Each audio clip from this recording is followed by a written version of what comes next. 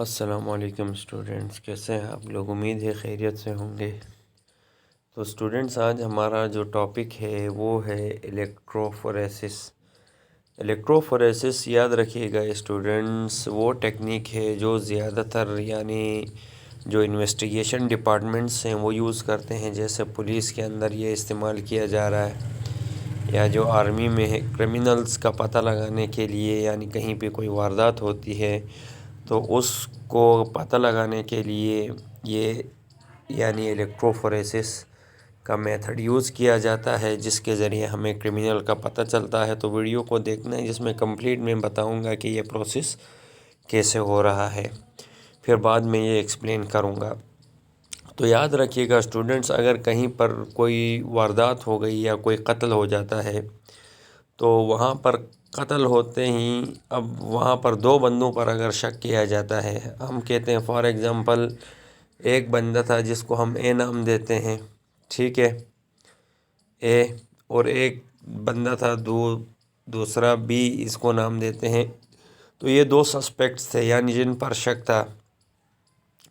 तो सबसे पहले क्या करेंगे स्टूडेंट्स, हम अगर ये ए का डीएनए है, ठीक है, और ये जो बी था जिन पर शक था, इस बंदे का डीएनए ये है, तो सबसे पहले क्या किया जाता है, यहाँ पर एक एंजाइम है जिसको हम कहते हैं रिस्ट्रिक्शन इंडोन्यूक्लियेजेस। आपको याद होगा रिस्ट्रिक्शन इंडोन्यूक्लियेजेस, इसका नाम याद रख लें। यहाँ लिखने में मेरी स्पेस कम है, इसलिए मैं इधर पूरा नहीं लिख रहा, आप नाम याद रख लें कि रिस्ट्रिक्शन इंडोन्यूक्लियेजेस क्या करते हैं, इन डीएनए को ये कट करते हैं।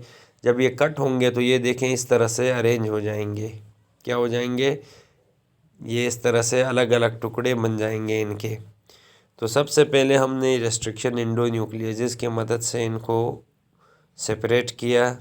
तो हम देखते हैं वहाँ पर जहाँ पर ये कत्ल हुआ था वहाँ से हमें किसी बंदे का एक हेयर सेल्स मिलता है, उसके बाल मिलते हैं, ठीक है।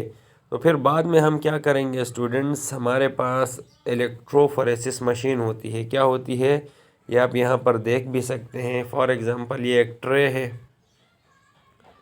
और इस ट्रे के यहाँ पर एक रॉड, इसको पावर सप्लाई दी जाती है दोनों तरफ से, ठीक है, ताकि वहाँ से करंट के ज़रिए ये किया जाता है। और ये इसको हमने पावर सप्लाई यहाँ से दी, और एक पावर सप्लाई, और एक साइड पर क्या होते हैं, पॉजिटिव चार्जेस हैं, पॉजिटिव चार्ज, ठीक है स्टूडेंट्स। दूसरी तरफ है नेगेटिव चार्जेस हैं, यहाँ पे समझे नेगेटिव चार्ज है।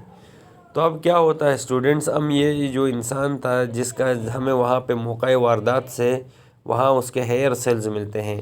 तो अब हेयर सेल्स के अंदर आपको पता है स्टूडेंट्स डीएनए होता है।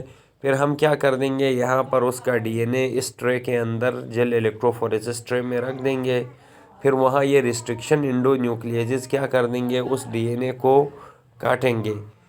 कट करने के बाद वहाँ पर याद रखिएगा स्टूडेंट्स, यहाँ ये देखें इस तरतीब से, यानी वहाँ पर हम कहते हैं कि ये डीएनए क्या होता है, इस तरतीब से जमा हो जाता है। फॉर एग्ज़ाम्पल ये यहाँ पे इस तरतीब से क्या हुआ, ट्रे के अंदर ये फ्रेगमेंट्स जमा हो जाते हैं।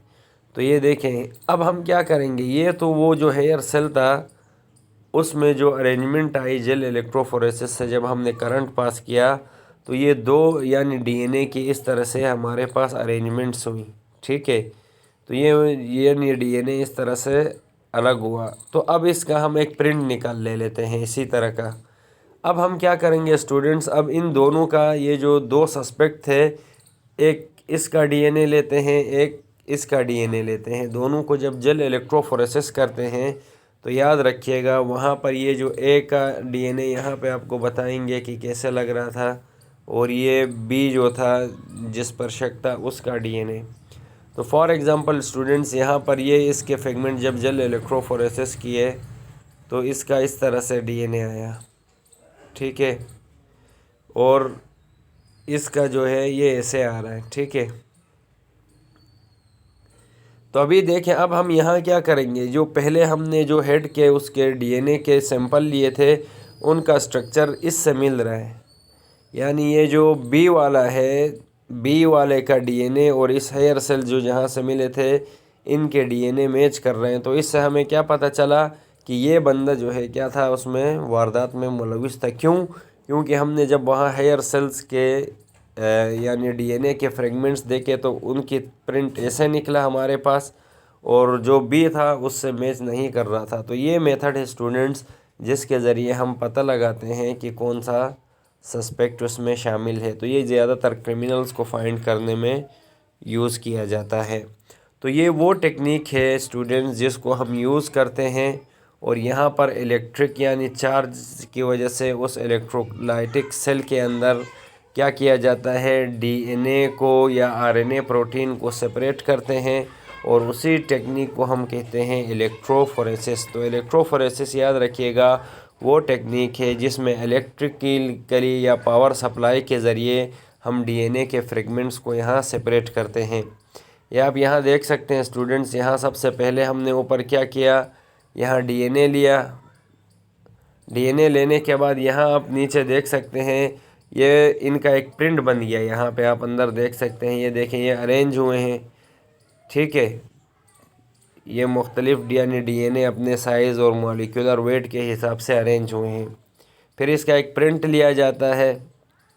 प्रिंट लेके फिर उन दोनों जो सस्पेक्ट्स हैं उनका डीएनए लेंगे। डीएनए लेके जब चेक करेंगे तो जिसके सैंपल से ये मिलेगा वहीं उसमें यानी वो सस्पेक्ट होगा। तो इस टेक्निक में याद रखिएगा इसको जेल इलेक्ट्रोफोरेसिस भी कहा जाता है। इसमें डिफरेंट चार्ज मॉलिक्यूल्स होते हैं, और जो कि वहाँ पर जेल है, जेल के ऊपर वो साइज़ के हिसाब से वहाँ अरेंज हो जाते हैं।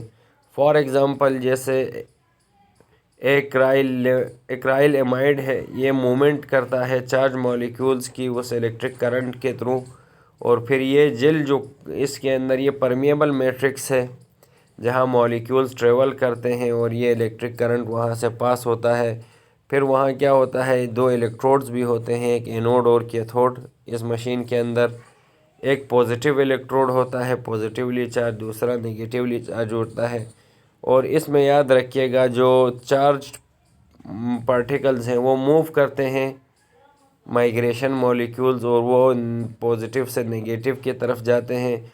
और फिर वहाँ क्या होता है, कुछ मॉलिक्यूल्स यहाँ अपने वेट के हिसाब से इधर रुक जाते हैं, कुछ दरमियान में, और कुछ इसके करीब रुक जाते हैं। तो ये मुख्तलिफ वेट के हिसाब से ये डीएनए के फ्रेगमेंट अलग होते हैं। फिर जो सस्पेक्ट है ए और बी, इनके भी हम डीएनए लेंगे। ये वो यानी डीएनए के फ्रेगमेंट्स थे जो हेड से मिले थे, हेयर से, उसके हेयर सेल से ये प्रिंट बना। फिर इस प्रिंट के बाद हम ए और बी के डीएनए का भी प्रिंट लेंगे।